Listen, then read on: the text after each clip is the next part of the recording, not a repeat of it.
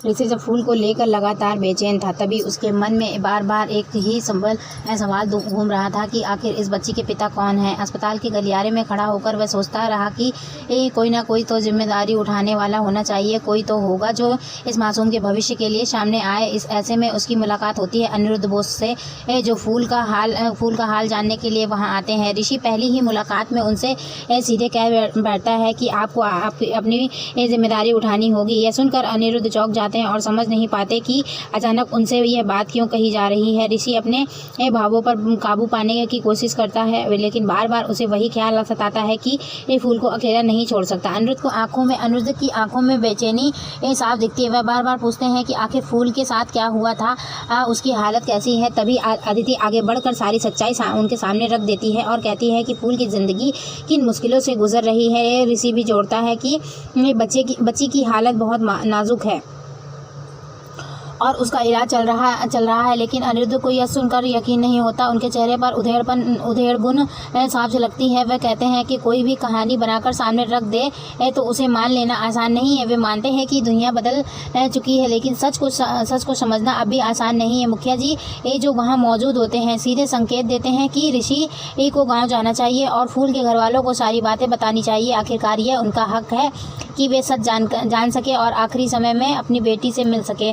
ऋषि शुरुआत में झिझकता है, लेकिन फिर उसे भी लगता है कि मुखिया जी सही कह रहे हैं। अनिरुद्ध इस बीच कुछ दूरी बनाने की कोशिश करता है, मानो वह इस मामले में और उलझना नहीं चाहता, और वह वहाँ से चुपचाप चला जाता है और ऋषि को अकेले सोच में डूबा छोड़ देता है। अगली सुबह ऋषि निकल पड़ता है सिमुलपुरी गांव की ओर। गांव पहुंचकर वह वहाँ के लोगों से फूल के परिवार के बारे में पूछता है और लोग उसे बताते हैं कि पराशर जी तो बाहर गए हुए हैं और कुछ दिनों तक लौटेंगे नहीं, लेकिन नूतन जी घर पर हैं। गाँव वाले बताते हैं कि नूतन की तबीयत भी लंबे समय से खराब है और वह बुखार से पीड़ित है। साथ ही वे चेतावनी भी देते हैं कि इस बार अगर गाँव में कुछ गलत हुआ तो वह लोग चुप नहीं बैठेंगे।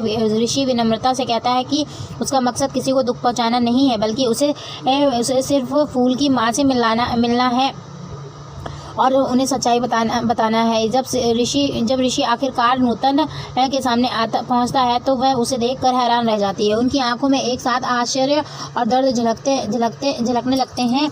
वह तुरंत उसे बैठने के लिए कहती है और सबसे पहला सवाल करती है कि जनक कैसी है। ऋषि सीधे बताता है कि उसका एक्सीडेंट हुआ था वह फिलहाल अस्पताल में भर्ती है। वह सुनते ही नूतन की आंखों में आंसू आ जाते हैं और वह कांपती हुई आवाज़ में पूछती है कि क्या आपने उसे अपना लिया है। इस सवाल पर ऋषि एकदम चुप हो जाता है, मानो उसके पास कोई जवाब ही ना हो। वह सिर्फ इतना कह पाता है कि चिंता मत कीजिए, उसका इलाज अच्छे से चल रहा है और वह जल्द ठीक हो जाएगी। नूतन धीरे धीरे अपनी सच्चाई खोलने लगती है। वह कहती है कि कभी उनकी ज़िंदगी भी ऐसे ही मोड़ पर आकर रुक गई थी। वह बताती है कि उनकी शादी एक ऐसे माहौल में हुई जहाँ उनकी ही मौसी की बेटी अपने पति के प्यार में थी। शादी के बाद यह सच सामने आया कि उनके पति का दिल कहीं और था और उन पर बेवफाई का आरोप लगाया गया। नूतन की आंखों में वह पुराना दर्द फिर से ताज़ा हो जाता है। वह कहती है कि जैसे उनकी कहानी अधूरी रह गई थी, वैसे ही अब वही कहानी जनक के जीवन में दोहराई जा रही है। इसलिए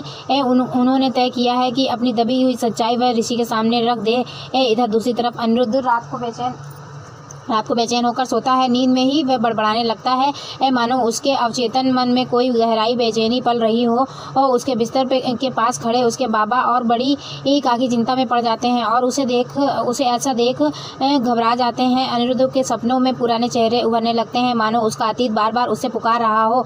ऋषि मीनवाइल गांव के लोगों की बातों को याद करता हुआ सोच में डूबा रहता है। उसके सामने एक कठिन राह खड़ी हो जाती है, एक तरफ फूल की जिम्मेदारी और दूसरी तरफ परिवार के बीच छुपे हुए राज। लेकिन अब उसके पास पीछे हटने का कोई रास्ता नहीं बचा है। फूल की माँ ने उसे अपनी कहानी सौंप दी है और अनिरुद्ध ने अनजाने में ही उससे अपनी दूरी बना ली है। मुखिया जी की बात उसके कानों में गूंजती रहती है कि किसी भी हाल में सच्चाई परिवार तक पहुंचनी चाहिए। यहीं से उसकी यात्रा का अध्याय शुरू हो जाता है, जहां हर मोड़ पर उसे यह तो सच का सामना करना होगा या फिर रिश्तों की डोर को टूटने से बचाना होगा। लेकिन फिलहाल उसकी आंखों के सामने सिर्फ फूल का चेहरा है, जिसकी मासूमियत और पीड़ा उसे हर पल आगे बढ़ने की ताकत देती है। और इसी तरह कहानी धीरे धीरे आगे सरकती है, जहाँ बीते हुए राज, अधूरी कहानियाँ और जिम्मेदारी का बोझ एक साथ मिलकर सबकी जिंदगी बदलने वाले हैं। अनिरुद्ध रात के समय नींद में अजीब अजीब बातें बड़बड़ाने लगता है। उसका परिवार हैरान रह जाता है कि आखिर वह ऐसा क्यों कर रहा है। सबको लगता है कि शायद वह किसी झनक से मिला है और कोई राज छुपा रहा है। जब उसे जगाया जाता है तो और पूछा जाता है कि वह साफ कह देता है कि ऐसा कुछ नहीं है, लेकिन उसके होठों पर बार बार झनक का ही नाम आता है। उसकी बेचैनी देख परिवार के लोग और भी सोच में पड़ जाते हैं। इधर दूसरी तरफ फूल की माँ ऋषि से मिलने आती है और उससे सवाल करती है। किसी के मन में भारी उथल पुथल मच जाता है। वह तय नहीं कर पाता कि सच बोले या झूठ गढ़े। आखिरकार वह कहता है कि झनक खुददार लड़की है, जिसने हमेशा अपनी इज्जत से समझौता नहीं किया और उसका पालन पोषण उसने बचपन से किया है। वह यह भी बोल देता है कि झनक सिर्फ पराशर की बेटी ही नहीं, बल्कि अब तो केवल उसकी बेटी है। जब परिवार वाले पूछते हैं कि झनक आखिर ऋषि के घर पर क्या कर रही थी, तो ऋषि बताता है कि झनक वहाँ पर हाजिरी नौकरानी की तरह रह रही थी। उसने ये फैसला खुद लिया था, क्योंकि गांव वालों ने दबाव डालकर उसे शहर भेजा था। ऋषि इसी बीच अपनी मंगेतर अदिति के बारे में भी साफ करता है कि अदिति ही उसकी होने वाली पत्नी है और शादी तब होगी जब दादा भाई की तबीयत ठीक होकर वे डिस्चार्ज हो जाएंगे। लेकिन पराशर का कहना है कि शादी तो शादी होती है, चाहे वह किसी मजबूरी में की गई हो या फिर किसी कारण से। इस पर ऋषि साफ बोलता है कि उसने झनक से शादी केवल अपनी जान बचाने के लिए की थी और उसका दिल अदिति के साथ है। दादा भाई यह सब सुनते हैं और अपने फैसले से सबको चौंका देते हैं। वे कहते हैं कि चाहे ऋषि माने या ना माने, उन्होंने झनक को अपनी बेटी की तरह स्वीकार कर लिया है। अगर ऋषि को इससे कोई समस्या है तो वह घर छोड़कर कहीं और जा सकता है। यह सुनकर अदिति और ऋषि दोनों हैरान रह जाते हैं और गुस्से में वहां से चले जाते हैं। इसी बीच पुलिस का भी एक एंगल सामने आता है। वह एक वरिष्ठ अधिकारी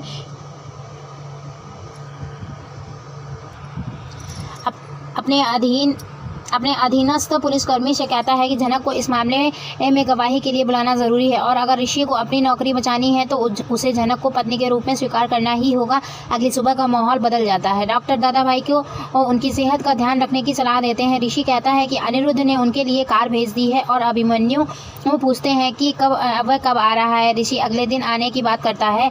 अदिति बताती है कि उसने पहले ही अनिरुद्ध से मदद मांगी है, जिससे दादा भाई थोड़ा चिंतित हो जाते हैं। लेकिन ऋषि कहता है कि यह सब घर का मामला है और इसे बाहर नहीं ले जाना चाहिए। तभी पुलिसकर्मी झनक को बयान देने के लिए बुलाते रहते हैं, जिससे झनक पर दबाव और बढ़ता है।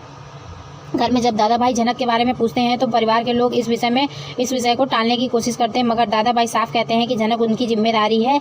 अदिति उनसे बहस करती है कि दादा भाई झनक को भूल क्यों नहीं जाते, लेकिन दादा भाई झनक के मन की पवित्रता और उसकी सच्चाई की तारीफ करते हैं। इस बात से ऋषि और भी नाराज हो जाता है।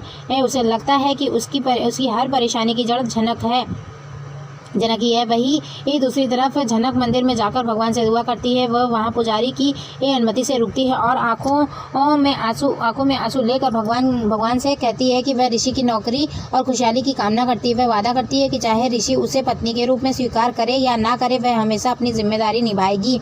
लेकिन किस्मत को कुछ और ही मंजूर होता है। अगले ही दिन झनक के साथ एक बड़ा हादसा हो जाता है।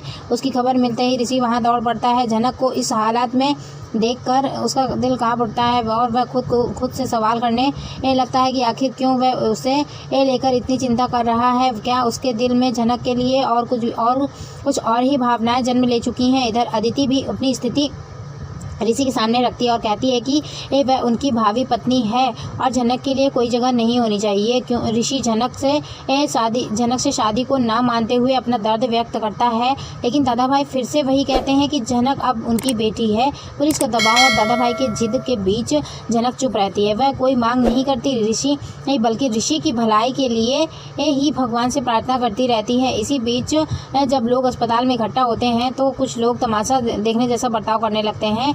ऋषि वहां पहुंचकर उन्हें डांट देता है और कहता है कि अगर यह तमाशा नहीं है बल्कि एक लड़की की ज़िंदगी का सवाल है। डॉक्टर जब ऑपरेशन करने से मना करते हैं तो ऋषि पूरी जिम्मेदारी खुद उठाने का आश्वासन देता है। वह कहता है कि इलाज किसी भी हालत में शुरू होना चाहिए, क्योंकि हालांकि डॉक्टर बार बार पूछते हैं कि आखिर इसकी जिम्मेदारी कौन लेगा। तब ऋषि कहता है कि मैं हूँ ना, मैं सब कुछ संभाल लूँगा। जनक की हालत देखकर ऋषि की सांसें अटकने लगती हैं। वह सोचता है कि इस लड़की ने उसके लिए कभी बुरा नहीं चाहा, हमेशा भलाई ही की और आज वह उसकी वजह से मौत और ज़िंदगी के बीच झूल रही है। इधर अनिरुद्ध अपने घर में बैठा फूल के बारे में सोच रहा होता है। उसके मन में पुरानी बातें उभरती हैं। उसे याद आता है कि फूल ने कभी कहा था कि वह सिमलपुरी से है। वह उसी वक्त उसे शक करना चाहिए था कि वह जनक की बेटी हो सकती है। वह पछताने लगता है कि उस वक्त उसने सवाल क्यों नहीं पूछे। उसके मन में भी यह भी चलता है कि जब वह गर्भवती थी तो उसे पता था कि उसके पेट में बच्चा है, लेकिन वह मुंह मोड़कर चला आया। अब यह सब यादें उसके उसे अंदर तक तोड़ देती हैं। तभी उसके जेठू वहाँ आते हैं और पूछते हैं कि क्या चाहिए। तो अनिरुद्ध कहता है कि नहीं, कुछ खास नहीं। बातचीत चल ही रही होती है कि अर्शी अचानक वहाँ धमकती है। वह अनिरुद्ध से अजीब सवाल पूछती है और उसे जनक की याद दिलाकर चढ़ाती है। अर्शी कहती है कि तुम आज भी जनक को भूल नहीं पाए हो, हमेशा उसी के बारे में सोचते रहते हो। यह सुनकर अनिरुद्ध और परेशान हो जाता है।